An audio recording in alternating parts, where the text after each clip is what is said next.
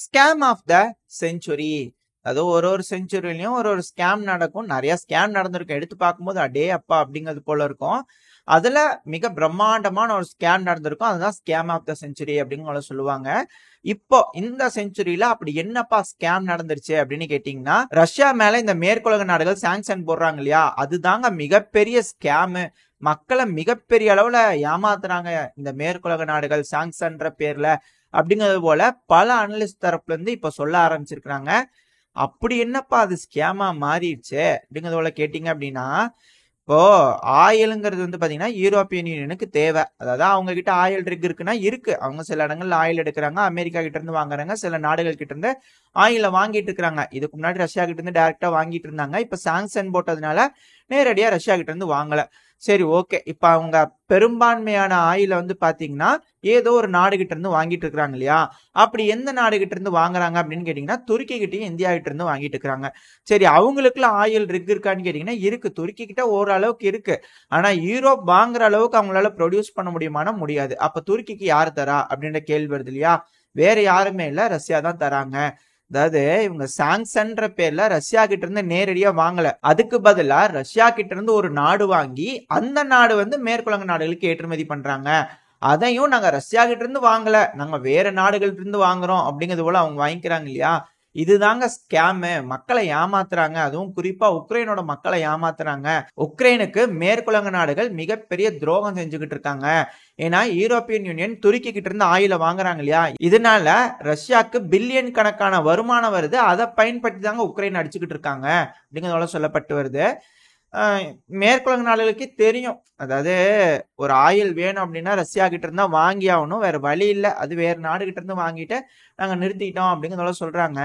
இதுல என்ன சொல்ல வராங்க இந்த மேற்குலக நாடுகள் அப்படிங்கிறது தான் தெரியல. அதாவது சில அனலிஸ்ட் என்ன சொல்றாங்கன்னா, ரஷ்யா கிட்ட இருக்கக்கூடிய அந்த எல்லா வளங்களும் ஒன்லி யூரோப்பியன் யூனியனுக்காக மட்டுமே எழுதி வச்சிடணும். ரஷ்யா முடிஞ்சா ஃப்ரீயா கொடுத்துடணும், இல்ல எல்லாத்தையும் அவங்க கிட்ட தான் விற்கணும். அவங்க என்ன விலை சொல்றாங்களோ அதுக்கு வாங்கிக்குவாங்க. அப்படித்தான் ரஷ்யா இருக்கணும். அப்படி இல்லை அப்படின்னா இது போலதான் ஏதோ ஒரு போர்ல உட்கார வச்சு ரஷ்யாவை வீழ்த்தி ரஷ்யாவை ஸ்பிளிட் பண்ணி கூறு ஊரா போட்டு எல்லாத்தையும் எடுத்துக்கலாமா அப்படிங்கிறதோட யோசிக்கிறாங்க அப்படிங்கிறத சொல்லப்பட்டு வருது. இதுல எந்த அளவுக்கு உண்மை இருக்கு அப்படிங்கிறது எனக்கு தெரியல.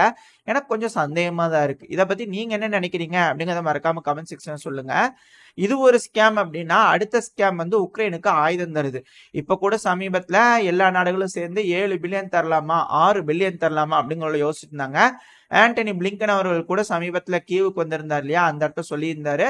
இது போல 6 பில்லியன் அமெரிக்க டாலர் அளவுக்கான ஃபண்டிங்கை வந்து உக்ரைனோட டிஃபென்ஸ் இண்டஸ்ட்ரிக்கு தரோம் அப்படிங்கிறதோட சொல்லியிருந்தாங்க. அதாவது ஆயுதமா தரல, உக்ரைன்ல இருக்கக்கூடிய ஆயுதம் தயாரிக்கும் தொழிற்சாலைக்கு தருவாங்க, அவங்க செஞ்சுக்கலாம் அப்படிங்கிறதோட சொல்லிக்கிறாங்க. அவங்க எந்த அளவுக்கு ஆயுதம் செய்வாங்க அப்படிங்கிறத இந்த கர்கிவ்ல வந்து ஒரு டிஃபென்ஸ் பெல்ட் அமைச்சுதான் சொன்னாங்க இல்லையா? அதுல இருந்தே தெரிஞ்சுக்கலாம் எந்த அளவுக்கு வந்து அவங்களோட டிஃபென்ஸ் இருக்க போகுது அப்படிங்கிறது போல, டிஃபென்ஸ் இண்டஸ்ட்ரி இருக்க போகுதுன்னு சொல்லிட்டு. என்னங்க எல்லா காசும் வந்துன்னா அப்படின்னு ஏன் போட்டுக்க வேண்டியதான், வேற எதுவும் கிடையாது. இருந்தாலும் பல நாடுகள் தொடர்ந்து ஆயுதங்கள் கொடுக்குறேன், எய்டு கொடுக்குறேன், அப்புறம் ரஷ்யா மேல சாங்ஷன் போடுறேன் அப்படிங்கிறதோட சொல்லிட்டே தான் இருக்காங்க. இப்போ கூட நியூசிலாந்து தரப்புல இருந்து இன்னொரு பெரிய ஸ்கேமுங்களா, அதாவது சாங்ஷன் போட்டிருக்காங்க. ஒண்ணுமில்ல, எப்படி அப்படின்னா 28 தனிநபர்கள் மேலையும் 14 கம்பெனிகள் மேலையும் வந்து பாத்தீங்கன்னா நியூசிலாந்து வந்து சாங்ஷன் புதுசா போட்டிருக்கிறாங்க அப்படிங்கிறதோட சொல்லப்பட்டு வருது. இதாவது அந்த தனிநபர்கள்னா ரஷ்யாவை சேர்ந்தவங்க, கம்பெனிஸ்னா ரஷ்யாவோட லிங்க் இருக்கக்கூடிய கம்பெனிஸ். சரி, இப்ப அந்த கம்பெனி கிட்ட இருக்கக்கூடிய ப்ராடக்ட்ஸ்லாம் நீங்க யூஸே பண்ண மாட்டீங்க, உங்க நாட்டுல நீங்க வாங்கவே மாட்டீங்க அப்படின்னு கேட்டீங்கன்னா அது கொஞ்சம் சந்தேகம் தான். என்ன பண்ணுவாங்க, வேற ஒரு நாடு வழியா வேற ஒரு கம்பெனி வழியா அந்த பொருளை வாங்கிக்குவாங்க. ஆனா அது தெரியும். இப்போ மேட் இன் சீனான்னு சொல்லிட்டு எந்த பொருளை பார்த்தீங்கன்னாலும் ஸ்டாம்ப் ஊத்திக்கிற மாதிரி மேட் இன் ரஷ்யாங்கிறது போல எல்லா பக்கம் ஸ்டாம்ப் ஊத்திருப்பாங்க. பார்த்தா தெரியும், என்ன இப்படி வர்றதுக்கு பதிலா நீ அப்படி வரியா அப்படிங்கிறது கேட்பாங்க இல்லையா? அப்படித்தான் இருக்கும். மற்றபடி ஒண்ணும் இல்லை. இது எப்படி எக்ஸாக்டா புரிய வைக்கலாம் அப்படின்னா, அமெரிக்காவோட ஸ்டார் லிங்கை வந்து ரஷ்யால வாங்கிக்கோ அப்படின்னு சொன்னா வாங்கிக்குவாங்களா? யாரும் வாங்க மாட்டாங்க. இப்ப அமெரிக்காவோட ஸ்டார் லிங்க் எந்த அளவுக்கு உக்ரைன் பயன்படுத்துறாங்க அப்படிங்கிறது போல உக்ரைன் பயன்படுத்தி காமிச்சதுக்கு அப்புறமா வேற சில நாடுகள் வழியா ரஷ்யா வந்து ஸ்டார் லிங்க் வந்து வாங்கிக்கிறாங்க இல்லையா? எங்க அந்த டிவைஸை வந்து இந்த பர்டிகுலர் ஜோன்ல இருக்குது அப்படின்னா கட் பண்ணும், வேலை செய்ய வைக்கணும், வேலை செய்ய வைக்க முடியாதுன்னு பண்ண முடியாதுங்களா? ஏன்னா அது வைஃபை தானுங்க, ஈஸியா பண்ணலாம்ல அப்படிங்கிறது போல சொன்னாலும் அதெல்லாம் கம்முன்னு இருப்பா அப்படிங்கிறதோட சொல்லிடுவாங்க. பட் ஆனாலும் புரிஞ்சுக்கலாம், ரஷ்யாவே வந்து ஸ்டார் லிங்க் கனெக்ஷனா அவ்வளவு தூரம் உளுந்தடிச்சுட்டு வாங்கிட்டாங்க பாருங்க. ரஷ்யா ராணுவமே வாங்கிருச்சுன்னா இப்ப எந்த அளவுக்கு வந்து கம்பெனிஸ் பூந்து விளையாடுது. அவங்களுக்கு தேவை வியாபாரம் நடந்தா போதும். இப்படி நடந்தா என்ன, அப்படி நடந்தா என்ன, யாரோ ஒருத்தவங்க வாங்கி கொடுத்துருவாங்க இல்லையா? அப்படித்தான் இருக்குது. அது போல நடந்துரும். அது வேற விஷயம். ஆனா இப்ப இவங்க சாங்ஷனை திரும்பி எக்ஸ்டெண்ட் பண்ணிட்டு இருக்கிறாங்க. அடுத்து வந்து பாத்தீங்க அப்படின்னா, வெள்ளை மாளிகை சீனாவோட நிறுவனங்கள் மேல மிகப்பெரிய குற்றச்சாட்டு வச்சிருக்காங்க. இப்ப நடந்திருக்கிற ரஷ்யா உக்ரைன் பிரச்சனையில ரஷ்யாவோட ஆர்மி இண்டஸ்ட்ரீஸ்க்கு அதிகமான உதவி இந்த சீனாவோட கம்பெனிகள் செஞ்சுக்கிட்டு இருக்காங்க அப்படிங்கிறதோட சொல்லப்பட்டு வருது. இப்பதான் ரஷ்ய அதிபரும் சீனாவோட அதிபரும் வந்து பாத்தீங்கன்னா உட்காந்து மீட்டிங் போட்டுக்கிறாங்க. அதுக்கான ஸ்டேட்மெண்ட்ஸ் எல்லாம் வந்துட்டு இருக்கு. போன பதிவுல கூட பார்த்திருப்போம். அது மட்டும் இல்லாம டாலரையே அவங்க ஒதுக்குற அளவுக்கான முடிவுகள் எடுத்திருக்கிறாங்க. இரு நாடுகளோட வர்த்தகமும் அதி தீவிரமா நடக்கணும். அதாவது லிமிட்டே இல்ல. 2 நாடுகளோட கோஆபரேஷனும் லிமிட் இல்லாம எக்ஸ்பேண்ட் ஆயிட்டே இருக்கணும் அப்படிங்கிறது போல அவங்க ஹை சூப்பர் ஃபாஸ்ட் ட்ராக்ல தனியா போயிட்டு இருக்காங்க. இது போல ஸ்டேட்மெண்ட்ஸ் எல்லாம் அவங்க கிட்ட இருந்து வரும்போது கண்டிப்பா ஒரு சந்தேகம் வரத்தான் செய்யும். அமெரிக்காவுக்கு வந்திருக்கு. அதனால இந்த கிரீன் ஜீன் பெரின் அவர்கள் இருப்பாங்க இல்லையா, அவங்க தரப்புல இருந்து வெள்ளை மாளிகையில இருந்து ஒரு குற்றச்சாட்டை வச்சிருக்காங்க.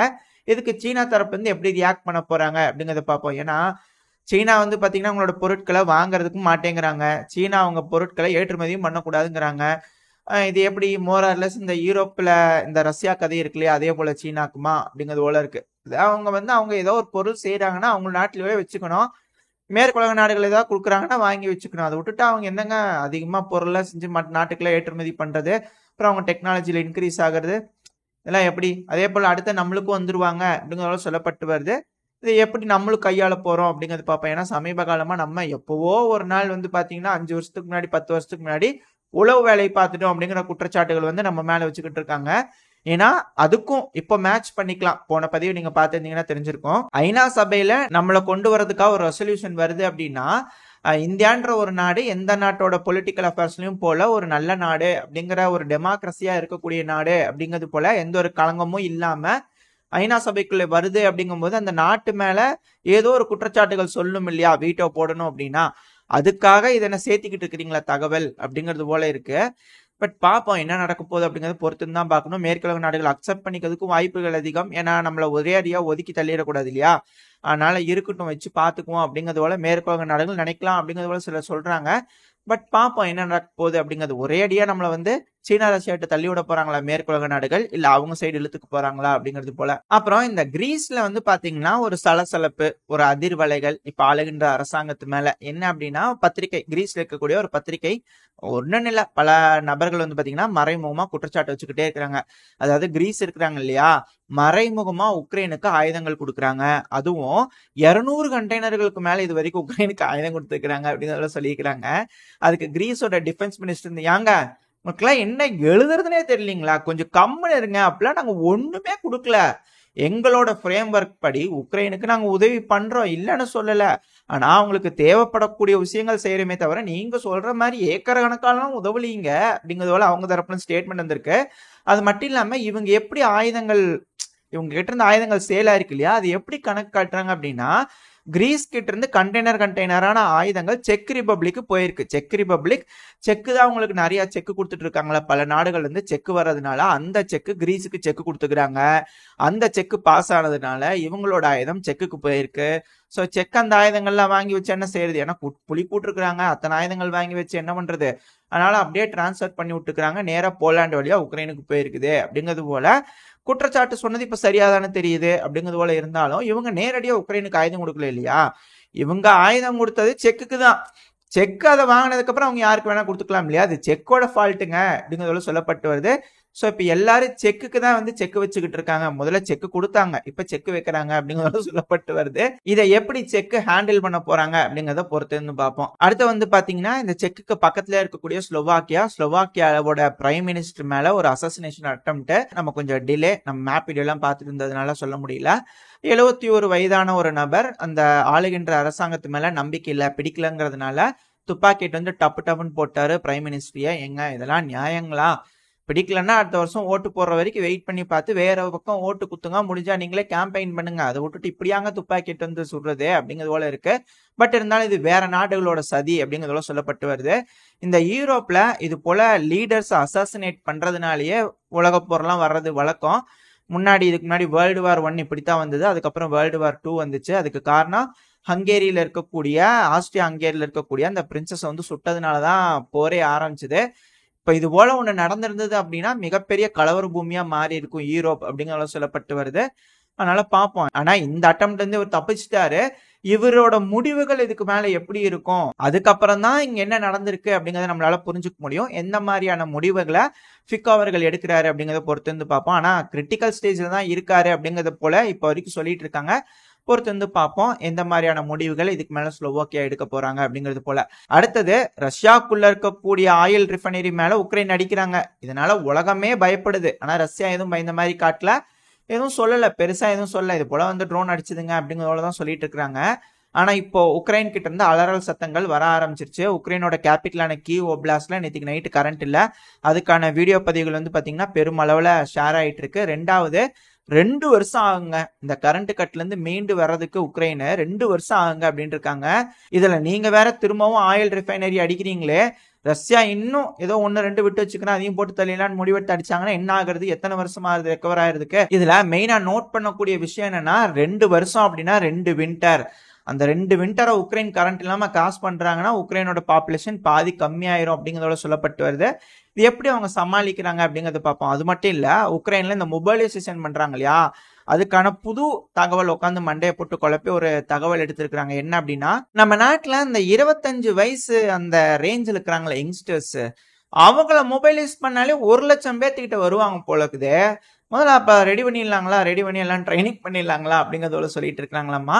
இவங்க இந்த மொபைலைசேஷனை ரொம்ப லேட் பண்ணிட்டாங்க, டிராக் ஆகுது. இவங்க யோசிச்சுக்கிட்டே இருக்காங்க, முடிவுகள் எடுத்தாலும் ஆளுங்களை அந்த அளவுக்கு எஃபெக்டிவா பிடிக்க முடியல அப்படிங்கிறது புரிஞ்சுக்க முடியுது. என்னதான் வலை வீசி ஒரு நம்மளையும் பிடிச்சி உள்ள இழுத்துட்டு போனாலும் ட்ரைனிங் பண்ணி சீக்கிரமா ஃப்ரண்ட் லைன்ல டிப்ளாய் பண்ண முடியல. அதனாலதான் ஃப்ரண்ட் லைன்ல கொலாப்ஸ் ஆயிட்டு இருக்கு அப்படிங்கிறத சொல்லப்பட்டு வருது. இதோட இந்த பதிவு நான் முடிச்சுக்குவோம். இந்த பதிவு எப்படி இருந்துச்சு, உங்களுக்கு பிடிச்சிருக்கா?